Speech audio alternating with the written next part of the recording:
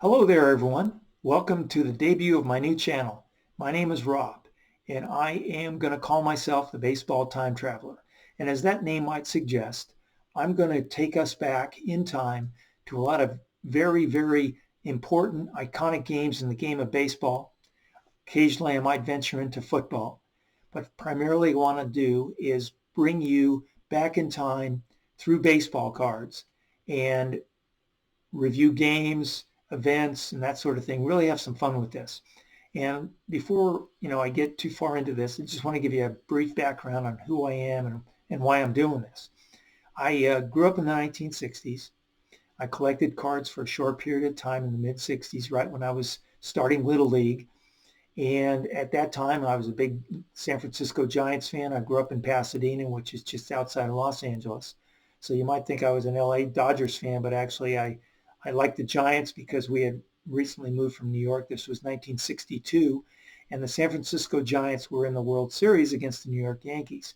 My grandfather was a longtime New York Giants fan, and my dad grew up in the Bronx, went to school in the Bronx, but for some reason was a Brooklyn Dodgers fan. So we had kind of an interesting dynamic going on when I was a kid.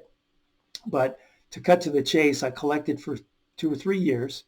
Really didn't collect so much as played with the cards. We always wanted to get certain cards. I certainly was chasing that 64 Willie Mays. That was the first big grail card for me. And then I would actually trade my Mickey Mantles and other players, Sandy Koufax and Hank Aaron's and so forth, to get Willie Mays cards. But then, as it turns out, in Little League, I was drafted by the Yankees. I was randomly assigned number 7. And in the 60s, with a Yankees team, number 7, Mickey Mantle comes to mind. So I abruptly stopped trading away my mantles and kept them along with the mazes as I collected them. But those cards are long gone now. But fast forward about 15 years, and I started a fantasy baseball league with some schoolmates of mine. This was the early 1980s. And we didn't have access to the internet. We didn't have Major League Baseball Network. Our access to baseball was a game of the week and the local teams' weekly games. Sometimes you would see them during the weeknights, but for the most part, it was weekend type games. So I started collecting cards because it gave me kind of a personal connection to a lot of the players that I was drafting for my fantasy baseball league team. Well, I did that for 3 or 4 years, and I was very diligent in protecting those cards because at that time, as I was starting to collect and gather information on the hobby and so forth, it had really changed from when I was a kid 15 years earlier. And I realized that some of these cards may contain some value at some point in time. So as time went on through the 80s, got a job, moved from the Los Angeles area to San Diego. And like many of you, you kind of step away from the hobby for a while as life moves on. So fast forward another, 35 years or so, for almost 40 years now. And I just recently retired about a year ago. And I realized that I had been lugging around literally storage boxes full of cards from the 1980s. They were all in pretty pristine condition. Many of them were in binders, but most of them were in the standard storage boxes. And I told my wife, I said, I may as well start trying to sell these things off. One, to generate some cash, but two, I was so, I needed a hobby. As a retiree, you need things to do, and I wasn't going to play golf every day. So I started collecting cards again. And the way I was able to fund my collection, which you see all the cards behind you, are cards that I've accumulated just since February. And the reason why I was able to collect those cards, because I needed some cash. Didn't want to, a lot of us have to deal with a budget, and especially as a retiree, want to be careful, especially early in retirement. Don't want to put myself in a hole. So what I did was I started selling off the cards that I had protected back in the 1980s. And I was fortunate enough, in my first submission, I sent 99 cards to PSA back in February. Got them back in early July.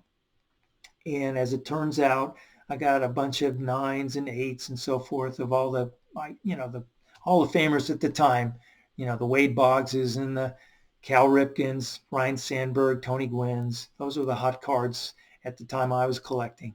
And what I did was I got those back, and in a submission, I got two Gem Mint 10s, and I was shocked. And but what it did, it gave me that opportunity to make some choices.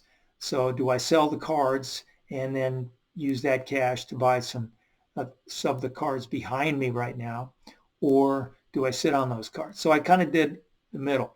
I sold one of the cards. It was a Cal Ripken Donruss 82 Gem Mint 10. And if you want to see that card, you can actually see it. As it turns out, in the PSA Monthly Magazine, in the Patrick Mahomes cover edition, my card is highlighted in one of the higher sales of the month. So you can see for yourself that that amount of cash, I get $1,500 out of that sale. And that really kind of catapulted me into a position where I could start buying some cards and really having some fun and recapturing a lot of what I remembered as a kid. Because to me, that was what was important. I really didn't have an emotional attachment to the 80s cards because I grew up in the 60s. A lot of you who grew up in the 70s, 80s, you can relate to what I'm talking about. So the other Gem Mint 10 card that I happened to get was a card that I'll show you right now. And hopefully it'll come into focus for you. It's trying hard. There we go. Ryan Sandberg. And one other card that I got at the same time back in 1980s, I did go to a card show and I picked up a 64 Willie Mays, which was my Grail card as a kid. And I kept that one as well. I haven't sold this one, probably don't intend to sell it. And got a nice Gem Mint, near mint 7 on that one. So that's essentially my story at this point. And as I said, I'm a historian, and my intent is to create videos. The first one is going to be coming out in the next day or two, so stay tuned for that. It's going to be Sandy Koufax's Perfect Game from 1965. I actually listened to that game as a 10-year-old on the radio, cover to cover, and it was one of the thrills of my early childhood. And there are so many other games that I watched or listened to that I want to bring to you through cards, and we'll be looking forward to doing that for you. So I will cut that off right now. And again, thank you very much for taking the time for watching.